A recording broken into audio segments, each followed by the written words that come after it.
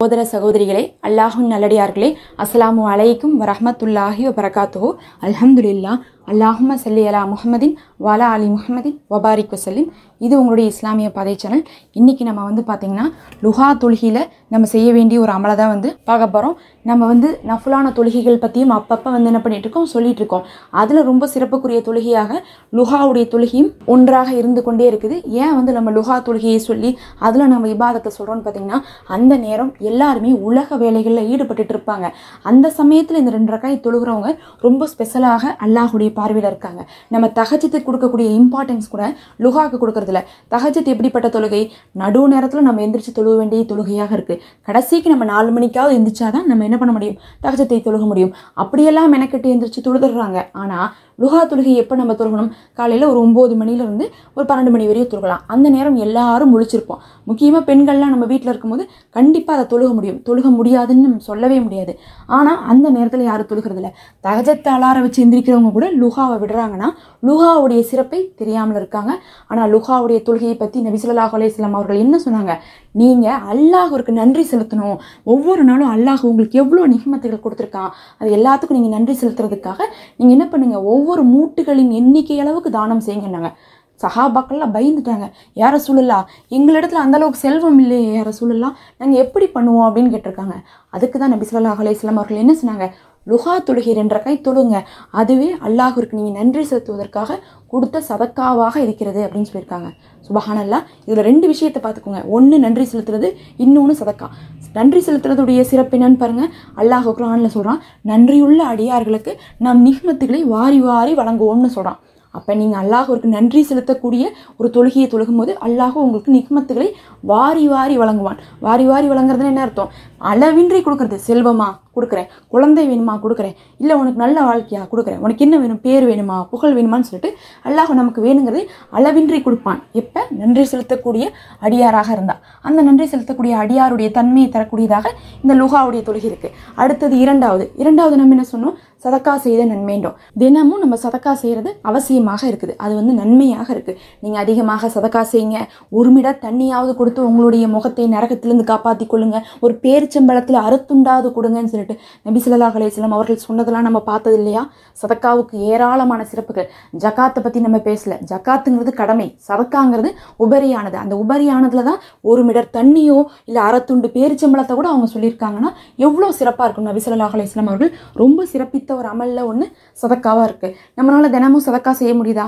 நாமளே என்ன பண்ணிட்டு இருக்கோம்? என்னைக்காவது ஒரு சிறப்பான நாளில் சதக்கா செய்வோம். நோன்பு நொடினா சதக்கா செய்வோம். ஜும்மா நாள்லாம் சதக்கா செய்வோம். தினமும் யாருக்காவது ஒரு துணியை வாங்கி கொடுக்க முடியுமா? சாப்பாடு வாங்கி கொடுக்க முடியுமா? இல்லை ஏதாவது ஒரு உதவி தான் பண்ண முடியுமா? யாரும் டெய்லியும் யாருக்கு மேலே உதவியெல்லாம் பண்ணுறதே இல்லை. அதுலேயும் பெண்கள் பாருங்கள், வீட்டிலேயே தான் நம்ம இருந்துட்டு இருப்போம். அப்படிங்கும்போது நாம் எங்கே வெளியே மற்றவங்கள பார்க்குறோம் போய் உதவி செய்கிறதுக்கு? அதுதான் ரொம்ப முக்கியம். நம்ம ஆசைப்பட்டு இருந்து இன்றைக்கி ஒரு நாள் யாராவது வந்தாங்கன்னா சாப்பாடாக்கி கொடுக்கலான்னு நினச்சா கூட அந்த அன்னைக்குன்னு பார்த்து நம்ம வீட்டுக்கு யாரும் வரவே மாட்டாங்க. நம்ம நல்லா கவனிச்சிருக்கோம். அந்த மாதிரிலாம் நம்ம ஆசைப்பட்டால் கூட ஒரு நியத்து வச்சு அந்த நேரத்தில் அந்த சதக்காவை கூட செய்ய முடியாது. அப்போ நம்ம குடும்பமே பார்த்திங்கன்னா சதக்காவுடைய நன்மையை இழந்தவர்களாக இருக்கும். அந்த சதக்கா நமக்கு செல்வத்தையும் நல்ல ஒரு வளமான வாழ்க்கையும் தரக்கூடியதாக இருக்குது. அப்போ அப்படிப்பட்ட சதக்காவை இந்த தொழுகையின் வாயிலாகவே அடைந்து கொள்ளலாம். அப்படிங்கும்போது ஒரு நாளுடைய காலை பொழுதில் இதை தொழுதுட்டு சதக்கா செய்த நன்மையும் கிடைத்து நீங்கள் அது மூலமாகவும் உங்களுடைய வளங்களை அல்லாஹுடைய புறத்திலிருந்து அதிகமாக பெற்றுக்கொள்ளலாம்.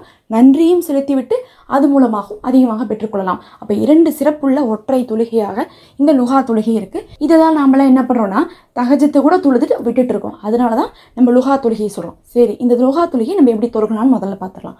2 ரக்காயத்து லுஹா நஃபில் தொழுகிறேன்னு சொல்லிட்டு நியத்து வச்சுக்கோங்க. 2 ரக்காய் தொழுங்க. குறைஞ்சது 2 ரக்காயத்து 2 எவ்வளோ வேணால் தொழுதுக்கலாம்னு சொல்லிட்டு ஆலிம்கள் சொல்கிறாங்க. நம்ம பார்த்தோம்னா குறைஞ்சது 2லேருந்து ஆரம்பித்து தொழுதுக்கலாம். உங்களுக்கு முதல் 2 ரக்காயத்து ரொம்ப கான்சன்ட்ரேஷனாக தொழுக முடியாட்டினா அடுத்த 2 ரக்காயத்து சேர்த்து என்ன பண்ணுங்கள், 4 ரக்காயத்தை 2 தொழுதுக்கோங்க. அப்போ என்ன ஆகுனா ஒரு மன திருப்தியோடு தொழுக முடியும். நார்மலாக எப்பயும் ஓதக்கூடிய சூறாக்கள்லாம் ஓதி தொழுதுக்கோங்க. தொழுதுட்டு நீங்கள் என்ன பண்ணுங்கள், சஜ்தா இருக்குது பாருங்கள். முதல் ரக்காயத்துடைய சஜ்தாவும் 2வது ரக்காயத்துடைய 2வது சஜ்தாவும், அந்த 2வது சஜ்தாவில் மட்டும் என்ன பண்ணுங்கள், இந்த ஒரு வசனத்தை ஓதுங்க. அல்லாஹு அல்லாஹு ரப்புனா லா நுஷ்ரிக்க பிஹி செய்ஹன் அப்படின்னு சொல்லக்கூடிய இதை ஓதுங்க. இதற்கு அர்த்தம் என்னன்னா, அல்லாஹுவே நீதான் என்னுடைய ரப்பு, உனக்கு இணையாக நான் எதையும் ஆக்க மாட்டேன் அப்படிங்கிறதான் இதனுடைய அர்த்தம். நபி ஸல்லல்லாஹு அலைஹி வஸல்லம் அவர்கள் நம்மளுடைய நிலைமைகள் மாறுறதுக்கும் கஷ்டங்கள் தீர்றதுக்கும் விதியே மாறி கூட நமக்கு நல்ல நிலைமை ஏற்படுவதற்கும் இதை கற்றுக் கொடுத்துருக்காங்க. அதனால இதை என்ன பண்ணுங்க, இரண்டாவது சஜ்தால ஒவ்வொரு ரக்காயத்தும் நீங்கள் எத்தனை ரக்காயத்து தொழுதாலும் சரி அந்த ரக்காயத்துடைய இரண்டாவது சஜ்தால இதை சஜ்தாவிலேயே 7 முறை ஓதிக்கொள்ளுங்க. ஓதி முடிச்சுட்டு நீங்கள் அத்தஹியாத் ஓதி சலாம் கொடுப்பீங்கல்ல, அப்படி நம்ம அத்தஹியாத் ஓதி சலாம் கொடுக்கறதுக்கு முன்னாடி சலாமுக்கு முன்னாடி என்ன பண்ணுங்க, இதை 7 முறை ஓதிக்கொள்ளுங்க. இந்த இடங்கள் பார்த்தீங்கன்னா ரொம்பவே பிரத்யேகமான இடங்கள் துஆ ஏற்கப்படுவதற்கு. அதனால நீங்கள் இரண்டாவது சஜ்தாவில் 7 முறையும், அதே மாதிரி ஹத்தஹியாத் ஓதி நம்ம சலாம் கொடுக்கறதுக்கு முன்னாடி அந்த ஹத்தஹியாத் பொசிஷன்லேயே 7 முறையும் என்ன பண்ணிக்கோங்க, ஓதிக்கொள்ளுங்க. முடிஞ்சால் ஓதின கையோட சலாம் கொடுக்கறதுக்கு முன்னாடி நீங்கள் துவாவும் செஞ்சுக்கலாம். ஏன்னா நம்ம தொழுகையிலேயே ஹத்தஹியாத் முடிச்சு நம்ம சலாம் கொடுக்கறதுக்கு முன்னாடி துவா செஞ்சுக்கலாம். அதனால் நீங்கள் ஞாபகம் இருந்தால் நீங்கள் துவாவும் அந்த இடத்துலேயே தமிழில் கேட்டுக்கலாம். கேட்டுட்டு சலாம் கொடுத்துக்கோங்க. இந்த மாதிரி நீங்கள் 2 ரக்காயத் தொழுதாலும் சரி 4 ரக்காயத் தொழுதாலும் சரி இதை ஓதிக்கோங்க.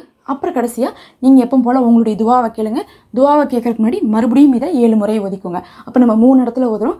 ஒன்று ஒவ்வொரு ரக்காயத்துடைய இரண்டாவது சஜ்தா, அதுக்கப்புறம் இரண்டாவது சலாம் கொடுக்கறதுக்கு முன்னாடி இருக்கக்கூடிய இந்த கடைசி ஹத்தஹியாத்தில் ஓதக்கூடியது, அப்புறம் 3வது துவா கேட்கறதுக்கு முன்னாடி ஓதுறது. எல்லா இடத்துலையுமே 7 முறை ஓதிக்கொள்ளுங்க. நிச்சயமாக உங்களுடைய நிலைமையவே அல்லாஹ் மாற்றி நம்மளுடைய வாழ்க்கையவே நல்ல முறையில் புரட்டி போடக்கூடிய ஒரு நலவை நமக்கு ஏற்படுத்தி கொடுப்பான். இந்த அமலை நீங்கள் செஞ்சு பாருங்கள். வளமையாக எல்லா நாளுமே செய்கிறத பழக்கமாக்கி கொள்ளுங்க. இது பயனுள்ளதாக இருக்கும்னு நினைக்கிறேன். மறக்காமல் சப்ஸ்கிரைப் பண்ணிக்கோங்க.